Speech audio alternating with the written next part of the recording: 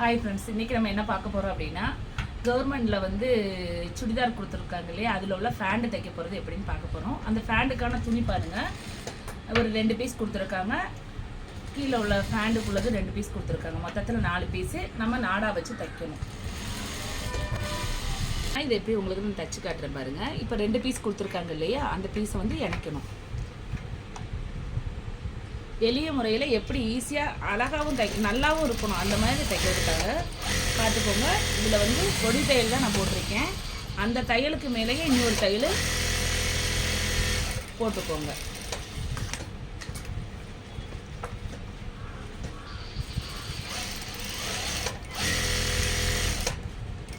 பகுதியிலே நிப்பாட்டிக்கோங்க. நிப்பாட்டிட்டு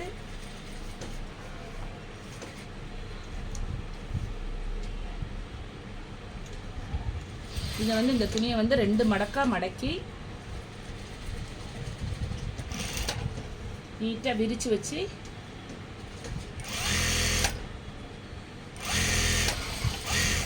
இங்கிட்ட ஒரு தையல், அதே மாதிரி இந்த சைடு துணியை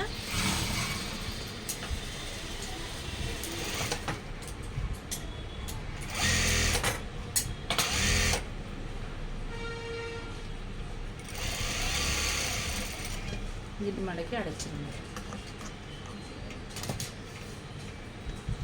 நாடா வச்சு எப்படி தைக்கிறதுன்னு பார்த்துக்கோங்க. நாடாவை வந்து ஒரு 6 இன்ச்சு 7 இன்ச்சுக்கிட்ட வந்து நீங்கள் எக்ஸ்ட்ரா விட்டுருங்க. விட்டுட்டு இந்த துணியை வச்சு இப்படி மடக்கிடுங்க. மடக்கிட்டு நாடாவில் படக்கூடாது. நாடாவில் படாமல் அப்படியே ஒரு தையல் போடணும்.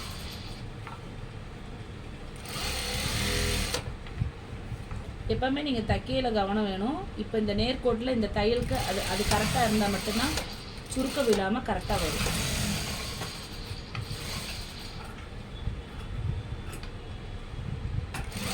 நீங்கள் இந்த மெத்தடில் தைச்சிங்க அப்படின்னா, இப்போ நாங்கள் வந்து எப்படி எங்களோட கஸ்டமருக்கு நாங்கள் தைச்சி கொடுக்குறோமோ அதே மெத்தடில் தான் உங்களுக்கு நான் சொல்லித்தரேன். இப்படி தைச்சிங்க அப்படின்னா ஃபேண்டு வந்து சீக்கிரம் கிழிஞ்சு போகாது, நல்லா ஸ்ட்ராங்காகவும் இருக்கும். பார்த்தீங்கன்னா இப்போ அடித்து முடிச்சாச்சு. பார்த்துக்கோங்க, இடுப்பு பகுதியை வந்து உங்களுக்கு அடித்தாச்சு. சரிங்களா? இனி வந்து நம்ம வந்து கீழே உள்ள பகுதியை தான் அடிக்கணும். அதை எப்படி காட்டுறேன்.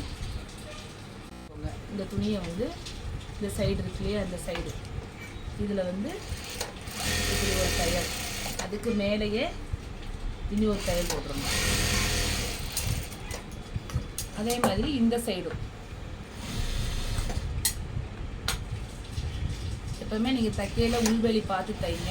அப்படின்னா தான் எப்பவுமே நீங்கள் உள்வெளி பார்த்து தைக்கணும். எல்லா தையல்லையுமே இந்த தையல்கள்லாம் 2 தையல் நீங்கள் போடணும். போட்டு பிடிச்சிட்டிங்களா? இப்போ பார்த்துக்கோங்க, நம்ம என்ன செய்ய போகிறோம் அப்படின்னா, இடுப்பு பகுதி எடுத்து இதில் நம்ம ஜாயின் பண்ணணும். இப்போ நான் என்ன பண்ண போகிறேன் அப்படின்னா, இங்கே பார்த்துக்கோங்க, இது வெளிப்பகுதி, இது வெளிப்பகுதி வச்சு இப்போ முன்பகுதியை வச்சு ஜாயின் பண்ணுறேன். எப்போயுமே கணக்கு வச்சுக்கோங்க, இந்த இதுக்கும் உள்ள ஊடால உள்ள துணி வந்து சுருக்கிக்கு வரும். அப்போ நீங்கள் வைக்கையில் இங்கே சுருக்கு வச்சிடணும். முன்பகுதிக்கும் வைக்கணும், பின்பகுதிக்கும் வைக்கணும்.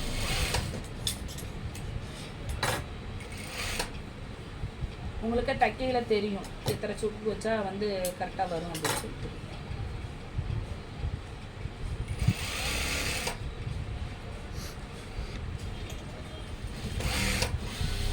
அதேமாரி அதே இடத்துக்கு பின்பகுதிக்கு வரையிலையும் நீங்கள் சுருக்கு வச்சிங்கன்னா தான் அந்த பின்பகுதியில் நேர்கோட்டில் வந்து ஜாயின் ஆகும்.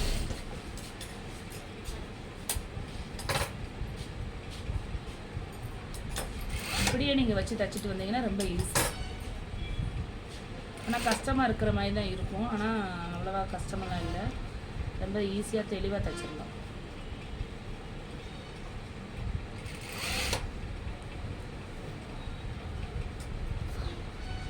நம்ம ரெடிமேடில் தைக்கிறாங்கன்னு சொல்லிட்டு அதே மாதிரி ஏனோ தானோலாம் தைக்கக்கூடாது. இது நம்ம கவர்மெண்ட்டில் ஃப்ரீயாக தான் கொடுக்குறாங்க. ஆனால் தையல் வந்து நீட்டாக கொடுத்தோம் அப்படின்னா அந்த பிள்ளைங்க சந்தோஷமாகவும் போடுவாங்க. இல்லாத பிள்ளைங்களுக்கு கிடைக்கும் இல்லையா? நீங்கள் அந்த சைடில் எத்தனை சுருக்கு வச்சிங்களோ அத்தனை சுருக்கு இந்த சைடு வச்சுக்கோங்க. ஒரு ஹேண்டு தைக்கையிலே உங்களுக்கு தெரிஞ்சிடும் எத்தனை சுருக்கு வச்சா நான் கரெக்டாக இருக்குங்கிறது. எல்லாம் ஒரே அளவு துணி தான், அதனால் வந்து உங்களுக்கு ஈஸியாக தெரிஞ்சிடும். அமுக்கு தையல் போடணும். இப்போ எப்படி அமுக்கு தையல் போடணும், இந்த துணி வந்து மேலே மக்க வரும். நான் ஏற்கனவே தைச்சிட்டு உங்களுக்கு தைச்சதை மட்டும் காட்டுறேன் பாருங்கள். இந்த மேல் வசமாக இருக்கணும் இந்த துணி பாருங்கள். இந்த மேல் வசமாக வச்சு நீங்கள் இப்படி ஃபுல்லாக ஒரு அமுக்கு தையல் போட்டுடணும். பார்த்தீங்கன்னா இந்த அமுக்கு தையல் போட்டாச்சு, மேல் பகுதி அடித்தாச்சு. இப்போ மேல் பகுதி நம்ம தைச்சாச்சு, சுருக்கு வச்சாச்சு. இப்போ பார்த்தீங்கன்னா கால் பகுதி மட்டும்தான் தைக்கணும். இப்போ நம்ம வந்து கால் பகுதி தைக்கணும். பார்த்துக்கோங்க, 2 மடக்கு மடக்கி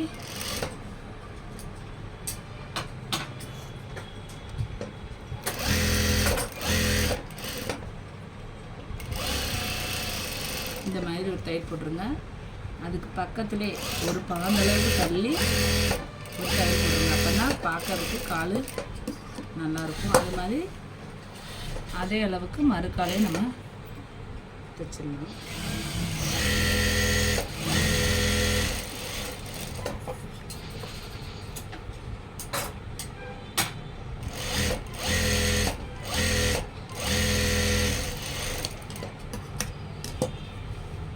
கீழே இந்த துணியில் வந்து ஒரு 1/2 இன்ச்சு மட்டும் விட்டுட்டு இணைக்கிறோம்.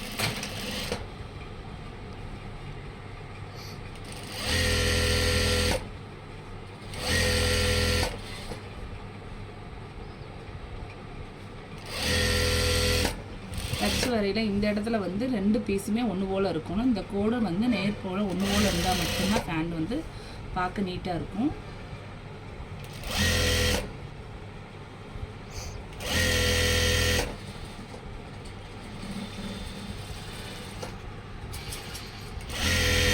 ரெண்டு கால் அளவும் ஒன்று போல் ஒரே அளவில் வச்சுக்கணும். திருப்பி நம்ம அதே மாதிரி அதுக்கு மேலே வந்து ஒரு தையல் போட்டு முடிச்சிடுறோம். பேண்ட் ரெடி ஆயிடுச்சு. இந்த வீடியோ பிடிச்சிருந்துச்சுன்னா லைக் பண்ணுங்கள், ஷேர் பண்ணுங்கள், கமெண்ட் பண்ணுங்கள். அடுத்த வீடியோவில் வந்து உங்களுக்கு டாப்ஸ் எப்படி தைக்கிறதுன்னு நாங்கள் போடுறோம், பார்த்துக்கோங்க. Okay, thank you.